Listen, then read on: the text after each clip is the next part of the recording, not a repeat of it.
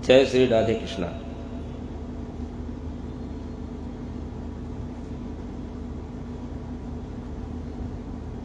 इस संसार में 3 प्रकार के प्राणी होते हैं। एक देने वाले, एक लेने वाले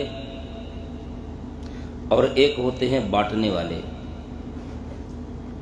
लेने वाला जो सिर्फ लेना ही लेना जाने, देने वाला जो सिर्फ देना ही देना जाने। लेने वाला बोले कि ये सब कुछ मेरा है, देने वाला जो सोचे कि ये सब कुछ तेरा है, और बांटने वाला वो ये सोचे कि न तेरा है न मेरा है, ये सब कुछ परमात्मा का है।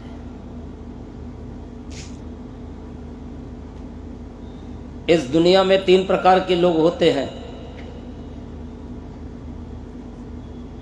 एक लूटने वाले,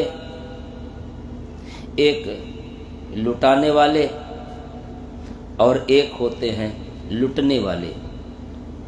कुछ लोग लूट कर खाते हैं। उनका क्या मतलब होता है कि आपन काम बनता, भाड़ में गई जनता। और एक होते हैं लुटने वाले, और लुटते वही हैं ज्यादातर जो ये समझते हैं ये सब कुछ मेरा नहीं है। और एक होते हैं लुटाने वाले कि न मेरा है न तेरा है, सब परमात्मा का है। लुटाता वही है जो पहले लूटता है।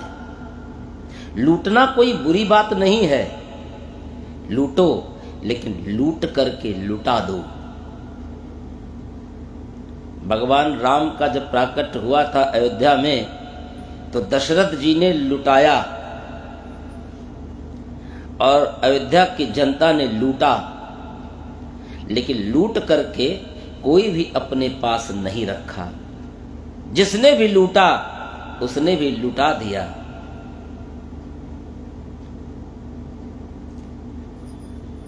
इस दुनिया में 3 प्रकार के जीव होते हैं। एक मांग कर खाने वाले और एक मार कर खाने वाले और एक कमा कर खाने वाले। मांग कर खाने वाले यानी कि जैसे मक्खी, और मार कर खाने वाले जैसे मच्छर। मच्छर कहीं बैठ जाए तो आप उसे उड़ाओगे कि मारोगे? आप मच्छर को उड़ाओगे तो मच्छर फिर वहीं आएगा। और यही बात मक्खी की भी है कि मक्खी भी आप उड़ाओगे तो फिर वहीं आएगी। तो मक्खी को तो मार नहीं सकते, और मक्खी को जितना भगाओगे मक्खी फिर आपके पीछे वहीं आएगी। जैसे मक्खी यानी जैसे भिखमंगे होते हैं ना, जो भीख मांगते हैं। भिखारियों को आप अगर भीख न दो और उनको केवल छेड़ दो कि नहीं नहीं चलो आगे जाओ, तो आपके पीछे पीछे जबरदस्ती वो तब तक चलते जाएंगे जब तक आप उन्हें नहीं दोगे। क्योंकि जैसे आपने उन्हें छेड़ा तो भिखारी फिर आपको छोड़ेगा नहीं, क्योंकि छेड़ा है तो कुछ देर बाद वो दे ही देगा। ये एक आशा, एक उम्मीद होती है। तो मक्खी बने जैसे भिखमंगे। तो जो मांग कर खाते हैं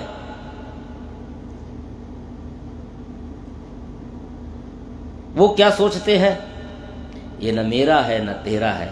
और जो मार कर खाते हैं वो ये सोचते हैं कि ये मेरा है, तेरा भी मेरा है।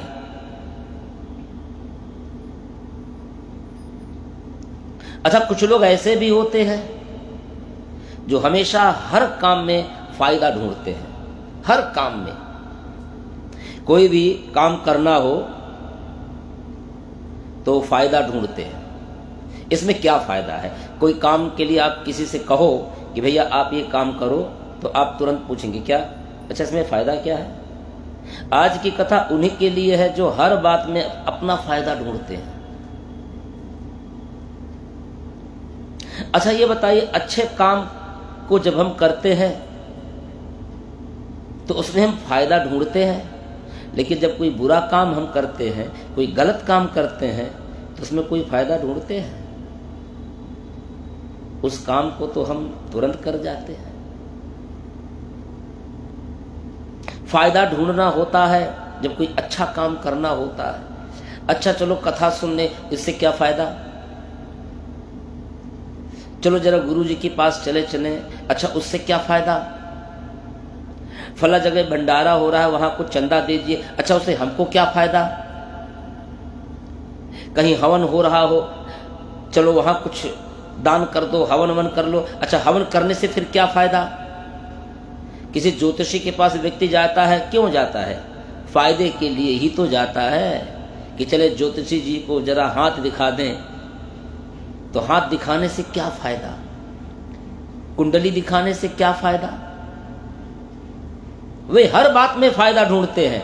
लेकिन जरा किसी शराब पूछने वाले से, शराब पीने वाले से पूछो कि शराब पीने से क्या फायदा? शराब पीने से कोई फायदा होता है? अच्छा, मैं पूछता हूं जो गलत काम करते हैं उनसे पूछो कि वो अच्छे कामों में तो पूछते हैं कि क्या फायदा, और कोई गलत काम जब करना हो तो उसमें क्या पूछते हैं कि क्या फायदा? किसी की चोरी करने से क्या फायदा? किसी को मार देने से क्या फायदा? शराब पीने से क्या फायदा? बीड़ी पीने से क्या फायदा? एक व्यक्ति डॉक्टर के पास गया, डॉक्टर ने बोला कि शराब पीते हो? कहा हाँ, शराब तो पीते हैं। कि उससे क्या फायदा? शराब मत पिया करो। तो शराबी बड़ा होशियार था, उसने कहा अच्छा डॉक्टर साहब चलिए शराब नहीं पीते, अंगूर खा सकते हैं? कहा खा सकते हैं। कहा पानी पी सकते हैं? कहे हाँ पी सकते हो। कहा गुड़ खा सकते हैं? कहा हाँ खा सकते हो। कहा ड्राई फ्रूट्स खा सकते हैं? कहा हाँ खा सकते हो। कहा डॉक्टर साहब जब अंगूर खा सकते हैं, गुड़ खा सकते हैं, ड्राई फ्रूट्स खा सकते हैं, पानी पी सकते हैं, तो इन्हीं सब चीजों का तो मिश्रण है शराब, तो उसको क्यों नहीं पी सकते?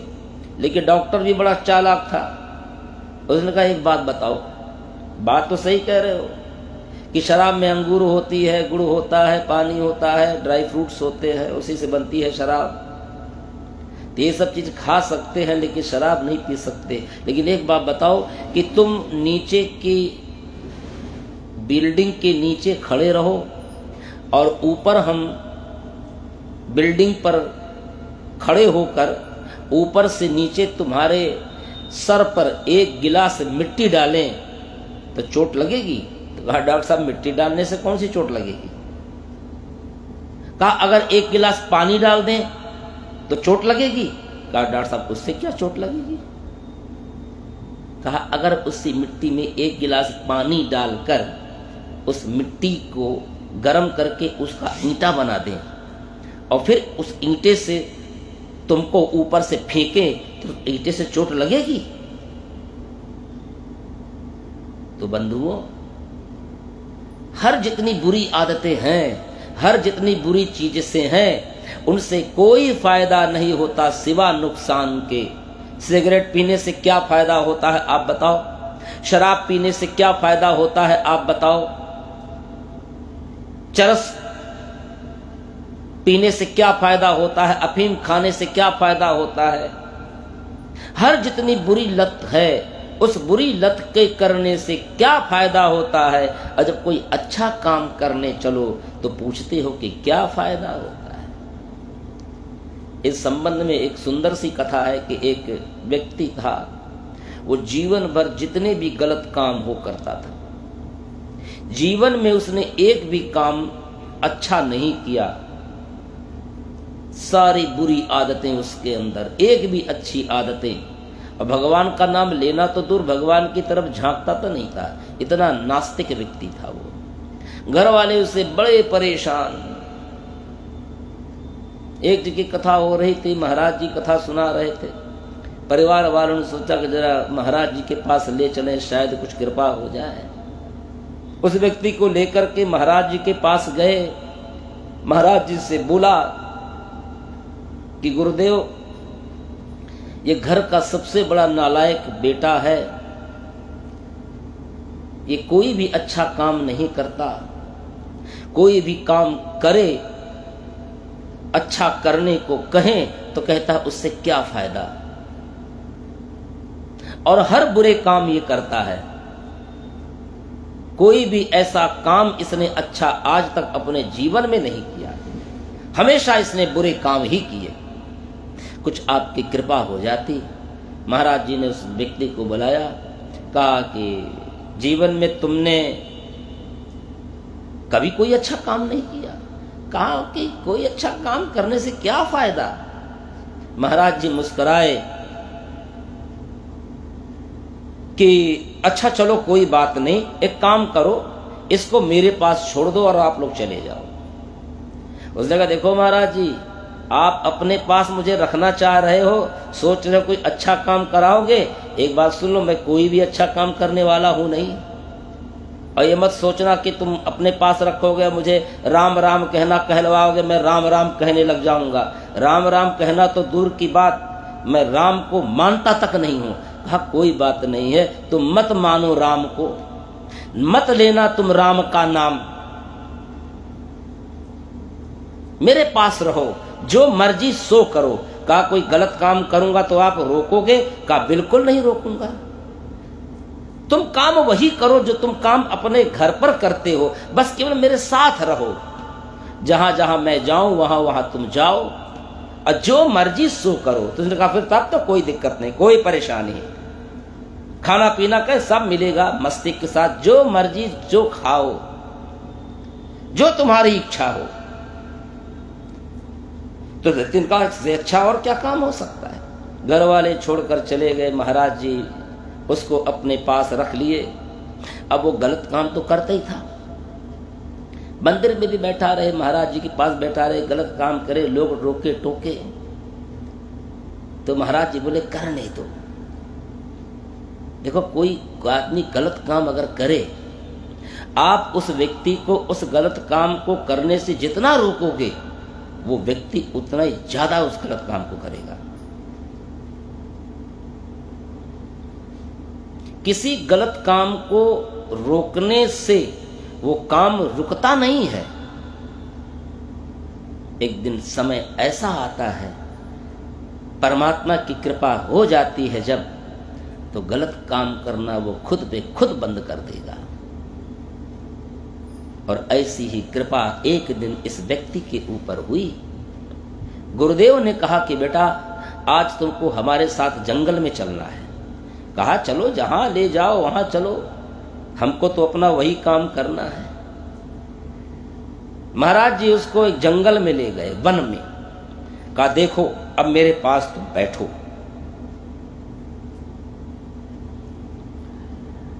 यहां पर हमारे और तुम्हारे सिवा कोई नहीं है।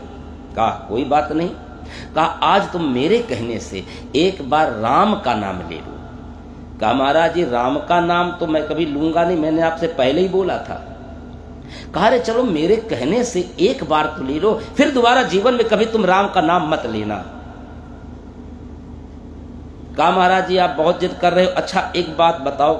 महाराज जी बोले क्या? कि मैं राम का नाम तो ले लूं, लेकिन उससे क्या फायदा?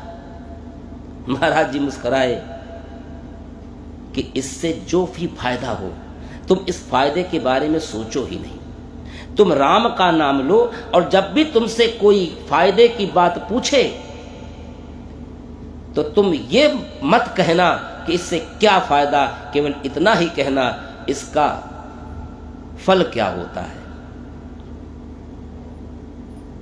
इस राम के बदले में अगर तुमसे कोई मांगे तो तुम कुछ देना नहीं, न कुछ मांगना। राम का नाम लेने से क्या फायदा होता है, उस फायदे को न तुमको जानने की जरूरत है, न तुम्हें मांगने की जरूरत है। सिर्फ इतनी जरूरत है कि जब भी तुमसे कोई ये पूछे कि राम का नाम लेने से क्या फायदा, तो तुम इतना ही कहना कि राम के नाम का फायदा तो मुझे पता नहीं, राम का नाम लेने से क्या होता है।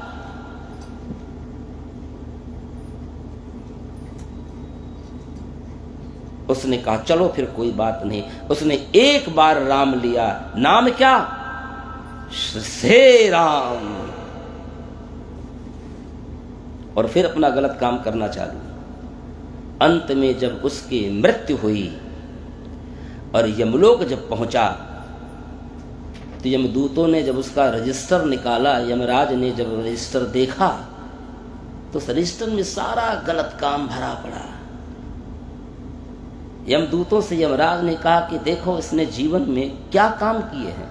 कहा महाराज इसने जीवन में जितने भी गलत कार्य हैं सारे इसने गलत कार्य किए, एक भी कार्य इसने जीवन में कभी नहीं किया।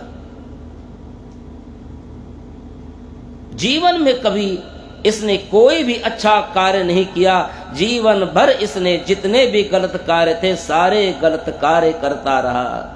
लेकिन हाँ, एक बार एक महात्मा के कहने पर इसने राम का नाम लिया। यमराज ने कहा कि ठहरिए 2 मिनट भाई।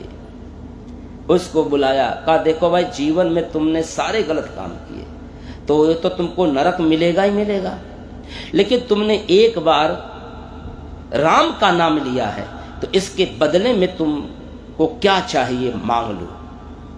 तो उस व्यक्ति को संत की वो बात याद आई कि संत ने कहा था कि अगर तुमसे कोई इस राम के नाम के बदले तुमसे कुछ मांगने को कहे तो तुम मांगना मत, लेकिन इसका केवल तुम अर्थ पूछना कि एक बार राम का नाम लेने का जो फल मिलता है वही हमें दे दो, अपनी तरफ से मैं कुछ नहीं मांगूंगा। तो उसने कहा कि देखिए हमको राम का नाम लेने के बदले कुछ मांगना नहीं है, इस एक बार राम का नाम लेने का जो फल मिलता है वही मुझे दे दो। यमराज चकराए कि एक बार राम का नाम लेने का क्या फल होता है, ये तो मुझे भी नहीं मालूम। यमराज उस व्यक्ति को लेकर ब्रह्मा जी के पास गए। ब्रह्मा जी से कहा कि ब्रह्मा जी एक जीव धरती से आया है, जीवन भर इसने गलत काम किए हैं, लेकिन एक बार इसने राम का नाम लिया तो मैंने इससे कहा कि राम का नाम लेने का जो तुम्हारी जो इच्छा है तुम मांग लो, मैं तुम्हें दे दूंगा। तो कह रहा मुझे राम का नाम लेने की कोई, हमें राम का नाम लेने का जो फल होता है वही मुझे दे दो, मेरी अपनी तरफ से कोई इच्छा नहीं है। तो आप जरा बताएं कि एक बार जो व्यक्ति राम का नाम लेता है तो उसको उसका क्या फल होता है। ब्रह्मा जी ने कहा कि मैं तो वेदों का रचयिता हूं, मैंने तो जीवन भर वेदों के मंत्र ही पढ़े हैं, राम का नाम तो मैंने भी नहीं पढ़ा, इसलिए मुझे भी नहीं मालूम। तो यमराज ने कहा कि एक बार राम का नाम लेने का फल तो इसे देना पड़ेगा, लेकिन पहले पता तो चले, और आपको भी नहीं पता। कहा ऐसा करो कि चलो भगवान शंकर के पास चलते हैं, क्योंकि वो दिन रात राम का नाम लेते हैं, वही बता सकते हैं कि राम का नाम लेने का क्या फल होता है। एक बार कोई व्यक्ति जीवन में राम का नाम ले ले। शिव शंकर शंभु अविनाशी, राम ही नाम अचल अविराशी। निरंतर जो भगवान राम का नाम लेते रहते हैं। ब्रह्मा जी यमराज जी उस व्यक्ति को लेकर भगवान शंकर के पास पहुंचे। शिव शंभु भूत भावन परमात्मा का ब्रह्मा जी ने दर्शन किया, यमराज ने भी दर्शन किया, उस व्यक्ति ने भी भगवान का दर्शन किया। ब्रह्मा जी ने कहा कि प्रभु आप ये बताएं आप तो निरंतर भगवान राम का नाम लेते रहते हैं। जो जीवन भर पाप किया हो, गलत कार्य किया हो, अगर उसने जीवन में एक बार राम का नाम ले लिया हो तो उसका क्या फल होता है। भगवान शंकर मुस्कुराए और कहा, देखो मैं तो अपने जीवन भर में मैंने हमेशा राम का नाम लिया, केवल एक बार राम का नाम तो मैंने लिया नहीं, मैं तो हर बार राम का नाम लेता हूं। तो एक बार जो व्यक्ति राम का नाम ले ले तो उसको क्या फल मिलता है मुझे भी नहीं मालूम। तो ब्रह्मा जी, शंकर जी, यमराज जी उस जी को लेव करके भगवान नारायण के पास वैकुंठ में पहुंचे और वैकुंठ में जाकर के शांताकारं भुजगशयनं पद्मनाभं सुरेश्वरं विश्वाधारं गगन सदृशं मेघवर्णं शुभांगं लक्ष्मीकान्तं कमलनयनं योगविरधानगम्यं वंदे विष्णुं भवभयहरं सर्वलोकैकनाथं। समस्त लोकों के हे नाथ, आपको प्रणाम है। भगवान शंकर ने कहा कि जो व्यक्ति जीवन में एक बार राम का नाम ले ले उसका क्या फल होता है। भगवान नारायण ने जो उस जीव को देखा तो उस जीव ने भी साक्षात नारायण का दर्शन किया। नारायण ने कहा कि एक बार जो राम का नाम लेता है, मुझे भी नहीं पता कि जो व्यक्ति भगवान राम का एक बार जीवन में नाम ले ले उसका क्या फल होता है। आप सभी लोग अपने अपने लोकों में चले जाइए और इस जीव को, इस व्यक्ति को मेरे पास छोड़ जाइए।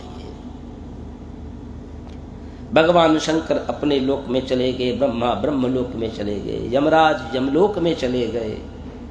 वो जीव व्यक्ति भगवान नारायण के पास बैठ गया, सन्मुख बैठा, हाथ जोड़कर उसने निवेदन किया कि प्रभु आप मुझे बताएं कि जो व्यक्ति जीवन में एक बार भगवान का नाम ले ले, भगवान राम का नाम ले ले, उसका क्या फल होता है।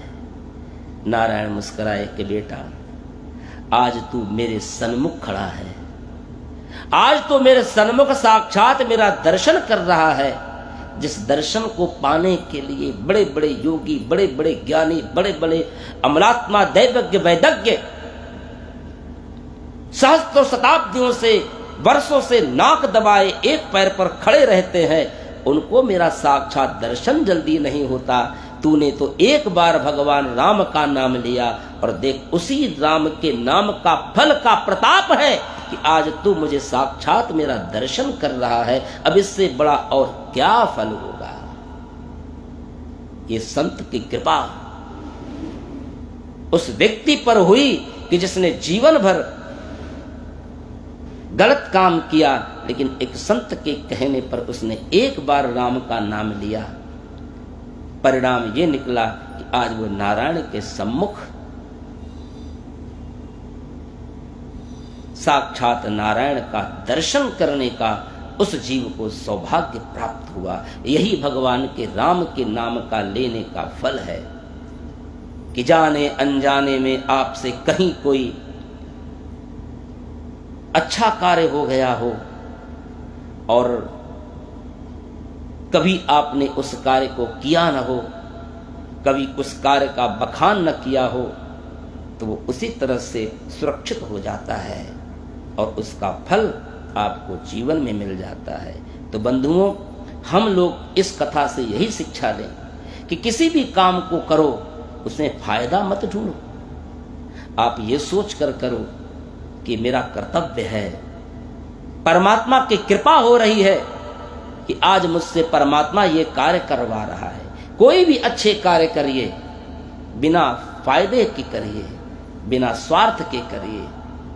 फायदा देने वाले परमात्मा है। कर्मण्येवाधिकारस्ते मा फलेषु कदाचन। ये जीव कर्म करने के लिए उद्बोधित है, फल प्राप्त करने के लिए नहीं। हमारा कर्तव्य है कर्म करना, परमात्मा का कर्तव्य है फल का प्रतिफल देना, फल प्राप्त कराना।